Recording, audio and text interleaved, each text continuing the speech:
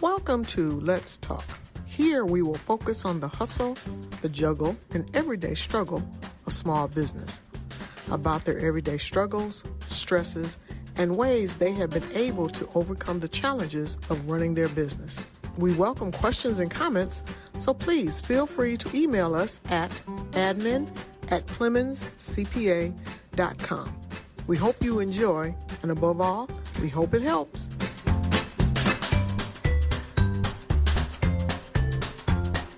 Well, welcome to the Hustle, Juggle, and Struggle of Small Business. I am your hostess, Thalia Williams. So glad to have you here today.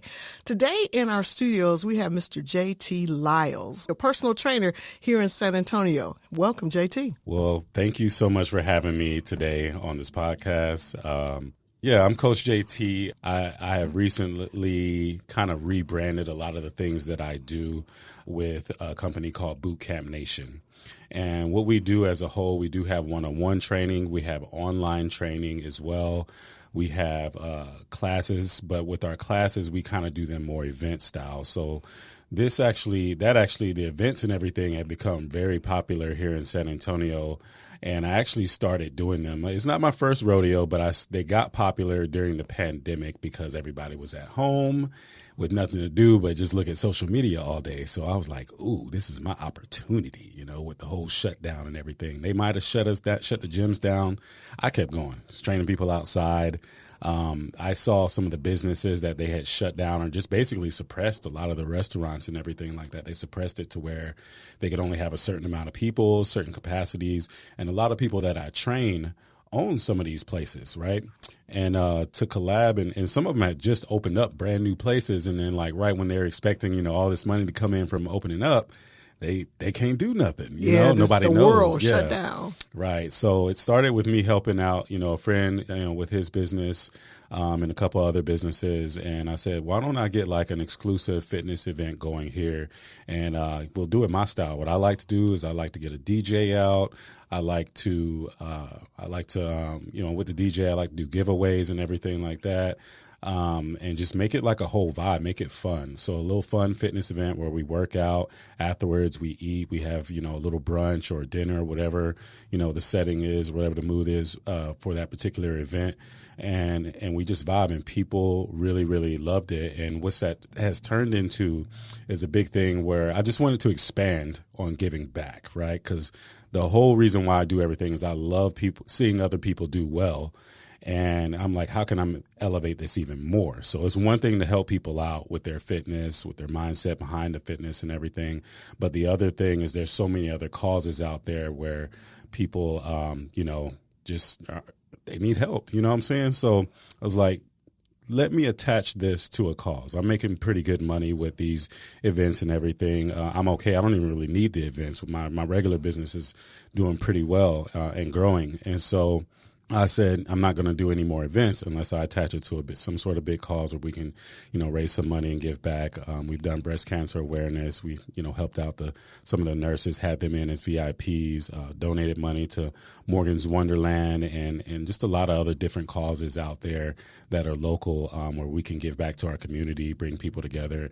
And it's more beautiful to see that because sometimes you get people who have never even worked out come do this event, really bold, but they saw it as an opportunity to give back as well as work on themselves a little bit and kind of jumpstart their fitness journey as well. So that's where I've been at with everything is just everything I'm doing is predicated upon the service that I can do for other people. And I know as long as I'm doing that, I'm going to be all right. So how did you manage to start out on this journey? I mean, for those who don't know your beginnings, how did you manage to start out on this particular journey, the health journey, the fitness journey? Yeah, so that actually stems back pretty way back. I've been in the game for a minute, but you got a baby face, though. Yeah, I mean, I have a black don't crack. Shout out to my people, but and good genetics too. My mom's a beautiful lady. Still to this day, she looked younger than me. From the beginning, how the fitness kind of started. I grew up an athlete and everything. And, as you get into adulthood, you get away from it a little bit. I had this little thing where, I was young in my young 20s. I work out once a week. I'm good. I still got it. And, I got into the oil field, And when you're out there on the oil field, you definitely can't work out as much, or at least I thought you couldn't at that time. And you get to eating. I was old school oil field, so we didn't have these like great luxuries where they had all this beautiful catered food and stuff that they have at some of these companies. Now it was like they was bringing us tacos and McDonald's and stuff like that, and anything to get you full. Yeah, anything to get you full, just so you can keep working and stuff. And we didn't even like back then when you was out in the field, you was out in the field. We didn't go back to no hotels or nothing. So it was we really just ate whatever they fed us. And a lot of my work wasn't that physical as a lot of people think. And one day I'm walking with the kids in the mall. And I'm looking at myself. I got like these real skinny arms and a big old belly and man boobs. And I'm like, yo, this is not the move. I'm sitting here, man, I'm telling, my baby mama at the time, I'm telling her like, why didn't you tell me I look like, I tried to have you come to the gym. And I'm like, man, I'm over here sending pictures to girls with my shirt off thinking I'm sexy. And I'm like, I look like this. Why didn't nobody tell me, So anyways, right around that time, one of the guys in the oil field at that time, he was getting into fitness too. And it's funny because his wife is actually one of my clients now here in San Antonio. But he was getting into fitness, and he showed me this documentary on Netflix called Fat, Sick, and Nearly Dead, right? Mm. And it got like deep into the nutrition. I think the whole video is about 90 minutes long. I watched about 20 minutes of it, scared the crap out of me, right? I can imagine. Yeah, 20 minutes of it scared the heck out of me about food. So I went in on my nutrition hard, man. I went like from 0 to 100 real quick. Went in on the nutrition, did a lot of studying and everything on my own. And I got really good results from it. And then I just got relentless because the hours we were working were crazy out there. So I got relentless with my working out and everything. I bring my dumbbell to work. They would make fun of me, walking around my big old tub of protein. I had my own little like expensive cooler I would bring out there because I was not about to eat what they were giving us out there. And I just pretty much made my own reality, made my own surroundings. And as much as they were making fun of me, it got to the point once they saw me looking good and having results, everybody else started like noticing, how relentless I was with me becoming, more, just getting better and being healthier, that they wanted to do it too. A lot of those guys out there be having health issues and everything. You make good money out there, but what good is the money if you're spending it all on medical bills? Agreed. I started coaching a lot of guys out there, and not even coaching them for money or anything. It was just like they asked. So I helped out. I felt impelled to help out. Anybody that wanted to know, I talked to them about it. And then some of the upper management, they started hearing about it, and I would clock into work and they'd be like, come with us today. You're not going out there. And next thing you know, we at the gym, like working out, and I'm pretty much training them, things that I knew. I already kind of knew how to work out because, I had real good coaches teaching us the basics of bodybuilding, working out, and all kind of stuff coming up. So that was just second nature for me, like riding a bike. Once I got back in there and made my mindset to do it, that's all it was, and as a lot of people fall short of actually doing whatever it is, that they know is right. You know what I'm saying? They know what to do, but they just won't do it. So I just got to the point where I'm just going to do this. I'm going to make it work anyway, anyhow, even if I work 16-hour shift. Before I went to bed, I was like, I got to get to that gym, hit the gym first and, sleep better afterward, And if I was at work, I knew I wasn't going to be able to hit the gym. I'd figure out a time or someplace at work. I'm going to get a little workout in. And the number one thing is I'm going to eat healthy. So that's how it all started in the oil field. And then layoffs came. You know how the oil field is always up and down and everything. And when layoffs came around, I was probably one of the last people that they laid off, and they was all sad, didn't want to see me go type stuff. But I was happy because I was like, I was going to quit anyway, but now y'all got to pay me, And it was around that time I knew I was going to get into training. I was going to get into, meal prepping and doing all these different things and just making my way in the fitness world. And that's how it started right there. The rest is history. I mean, I had some ups and downs, some really bad downs along the way, but these last few years have been really, really good for me. That's good. That's real good because, like you said, with COVID, everybody was literally shut in and couldn't do nothing. Yeah. Like you said, the gyms were closed, the restaurants were closed. Absolutely. So the challenge for you was it a big challenge to pivot, or was it relatively simple? To me, it was relatively simple because everybody's stuck at home at that point, and everybody's on social media now, and with everybody having to be stuck at home on social media, I'm getting so much more engagement. I'm like, they're going to have to watch me do these workouts. So I remember, it's funny story about when they shut down. All right. So I remember they shut down like all the regular gyms, and my gym's a private gym. So they shut down all the regular gyms, and I get up on social media, get on my Instagram story, and I'm sitting there, hey, if you're a trainer out there and they shut your gym out, those corporate gyms, we're not shutting down. Us private gyms, we got it. Talk to me. I got you. I'll help you with your career and everything like that. I was all gun-ho. The next day they shut us down.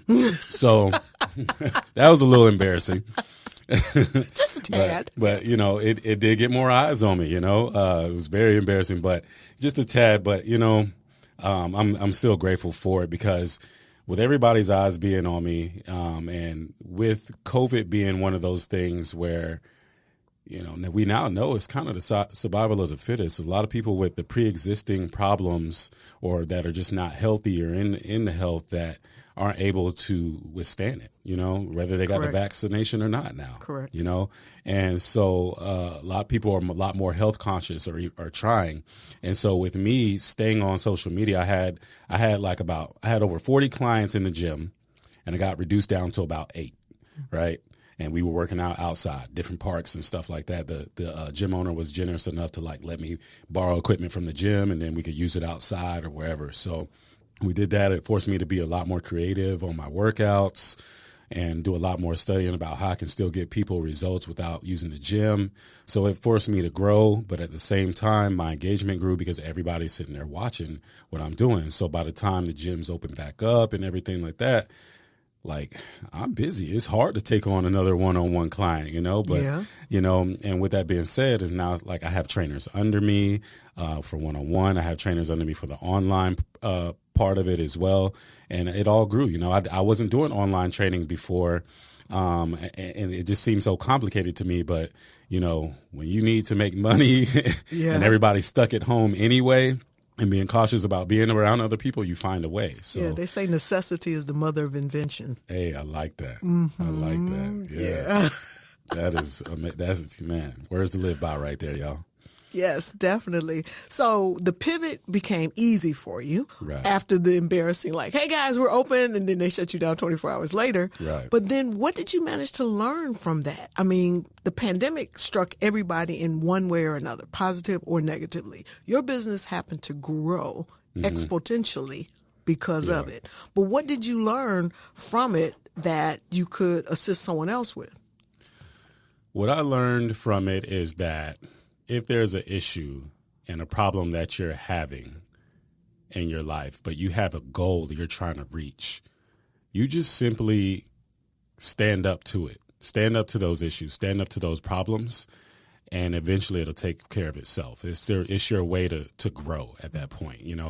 I think I was listening to T.D. Jakes one time, and he was talking about how, the eagle is the only bird that actually approaches a storm and spreads his wings out further. When all other birds, when they see the storms coming, they know it, they can see it, they fear, they go fly out somewhere else, they bury under the ground, they do everything else but spread their wings and fly. And by doing that, when the eagle spreads his wings and he flies, those winds from the storms take him to higher heights that he could never reach if he didn't have that storm. So there's a book also called Your Obstacle is the Way. Mm-hmm. Your obstacle, that thing that's hard for you to approach or hard to take on, that is your way that you're supposed to go. You're not supposed to go the easy route. I mean, it makes sense to go the easy route, for protection, your fight or flight, less obstacles. But how do you expect to grow and get to the next level? You know what I'm saying? Because if you're up there at the next level, something bad happened, it's going to knock you down to level 1 if you're always cowering away. Mm-hmm. So you might as well learn how to deal with the problems and just how to be timeless. You know what I'm saying? No matter what happens, you're going to stand up to your goals. And that's what I learned. That was the main thing I learned. Just stand up to your goals. Have no fear. Even if you have fear, just stand up. Spread your wings anyway. Be that eagle. Without that eagle is not going to fly that high. On a regular day, he's not flying that high. But when the storm comes, he fly right above the storm, right above it. Agreed. So what would you say would be one of your or 3 of your core values that you run your business by? Core values, 3 core values. Okay. If you have 3. I mean, you could have 1, you could have 2, you could have 20, but Yeah. Well, for me, I heard the quote somewhere, read it somewhere, that the highest commodity in life is the way that you make people feel. And so I feel like as an entrepreneur, I'm always on. If I'm up, breathing, out and about, I'm always on. You know, people are watching you. So always treat people right. Always just make sure you're good before you enter in any room. Never bring bad energy to a room, and make people feel good. And if I'm putting them through a session where they come in, these people are not fitness people, but they know that they need health. I mean, working out is crazy. It's you putting yourself through pain like every day. Agreed. You know what I'm saying? You putting yourself through pain, but I know this, okay? If I can make that person smile or laugh 2-3 times somewhere during that session, then they're going to be okay. You know what I'm saying? They're going to feel like, man, I want to stay working out with JT. Just they don't even know what it is. And then they feel this sense of accomplishment. They were able to do these crazy things that they didn't even think they could do, you know, get through it. Yeah, they hurting and sore, but they live with a smile, you know? And if you can make people smile and make people feel good in that way, while at the same time doing something that's going to help their longevity of life, you can't fail, you know? So no matter what business is, I guess that's my core value right there, man. Just genuinely have that heart. If you're in the business of servicing other people, the highest commodity in life is the way that you make them feel. So hold tight to that. Make sure that your energy is good so that you are projecting that out onto other people as you go about any walk of day of life. You may be off of work that day, but man, you go to HEB, don't go to HEB all tore up looking and, you know, whatever. Put on something nice, take a shower, go there with a good attitude and get it. If you don't want to talk to nobody, you don't have to, but be your best you can, you know? Agreed. Right on. So talk about a failure that you learned from in your business. If you had a failure, what did you learn from it? Oh, so I had some big failures in my business. Let's see here. Let's talk about a failure that I had. So I went through a breakup in the middle of my career, and that breakup was really bad on me. I got fat again. Oh, no. And I reverted back to, I tried to get back into the oil field, reputation ruined behind it, labeled a felon, I pretty much hit rock bottom. And I learned that, you know, once you're down there, like the one thing that I just immersed myself in personal development. And you just have to continue to work on yourself no matter what level you're at. If you're at rock bottom, definitely work on yourself. You know what I'm saying? Work on yourself so that you're good for yourself within and for the people around you. And I would say that's the main thing that I learned, you know, to shorten up the long answer to that, is just continue to work on yourself, to continue to learn, continue to grow no matter where you're at. If you're at the top of your game, the lowest part, if you stop growing, then that pretty much is a representation of death at that point. You know, you ended your career, you know, you've hung it up. You made that decision and choice that you are done. Never think you know it all. Always continue to educate yourself and work on yourself. That sounds good. I like that. So let's talk about a success you learned from. Okay. What success have you had that has potentially changed maybe your outlook or changed the trajectory of your business?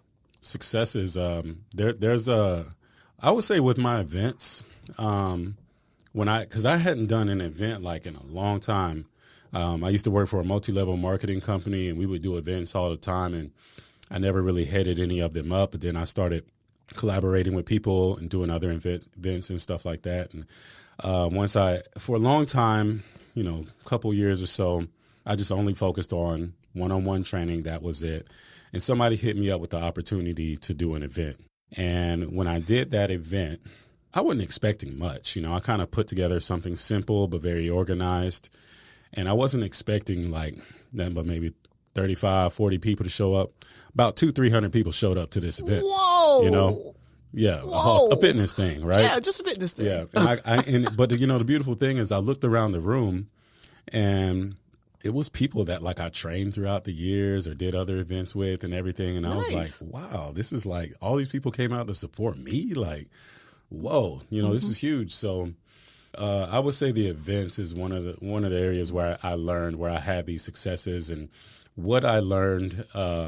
I guess it goes back to all these other lessons, man. Just continue to do people right. They are watching you, whether you think they are or not. I've had people reach out to me and be like, man, I watch you for years. That's why I came to this event, and I couldn't afford the training, but I could afford, this one event. And I just wanted to come out and support you, Mm-hmm. And, so you never know. You never know what new opportunities out there could take you to the next level. And so I just kept doing the events, added it to the arsenal of just something else that I offer, with my business. Okay. Yeah. That sounds good because those successes lead to other successes. Absolutely. And just like failures, if you allow them to, could lead to other failures where you just stay in that quagmire of craziness in the pit. But you chose and you made a choice to come out of it. And look at your business now. I mean, you have trainers that work for you. You actually have a food prep company potentially coming back online again. Correct? That's right. Nice. Yeah. Real nice. So if you had to give advice to anybody in your industry or just general business advice, what would it be? General business advice, my industry, make sure you, when you're getting into a business, make sure it's something that you're passionate about. I asked a millionaire well before this, I think it was my first year in the oil field, and I was looking at ways to just kind of expand. And I've always been fascinated by fitness. And this one guy, he wasn't even fit. He was an older gentleman. And I've been the kind of person that always kind of has the business sense. Like wherever I go, I want to know who owns what, who's doing what, because that's who's making the money, who's owning the stuff around here. And so I found this one guy. He's the owner of all these bodybuilding competitions. And I asked him, I'm like, hey, what can I do to be successful like you? I think I want to do the same thing you're doing with these bodybuilding competitions and everything like that. Like what's the formula? Like, how do you get that going and everything? And I was thinking he was going to give me a breakdown of first you do this, first you do that. But what he told me, he said, look, find out what it is that you're passionate about. And once you find out how to make money from that passion, and you'll be just fine because you won't leave something that you're passionate about. Other things come and go, but when you're passionate, you have a strong why about what it is that you're doing, True, so true. That's my number one piece of business advice for anybody. There's a lot of people I know myself within my industry, myself and a couple other guys I know, we have made personal training look really cool, right? And so a lot of people get to the point they're pretty fit, whatever, and they feel like they want to be a personal trainer too. And I love it, do your thing, but they may not be passionate about helping people or have the patience to do it or anything. They may be passionate about getting their own kind of results, but they may not have that muscle and mental capacity to do it for somebody else. Yeah, because people are a trip. Yeah. When they're trying to get in shape. Oh, yeah. People are a trip. Oh, yeah. Emotions come out that they didn't even know existed. Mm-hmm. And you might be the recipient of those emotions, positive or negative. Amen. Yeah. So, like you say, passion, knowing your why. Mm-hmm. Continue. You're just going to put me on the spot like that? I'm sorry. What can I say? I mean, it was just that thought because that person, they're fit now and they think they may have that. Yeah. But that passion ain't always there. Yeah, the passion's not always there.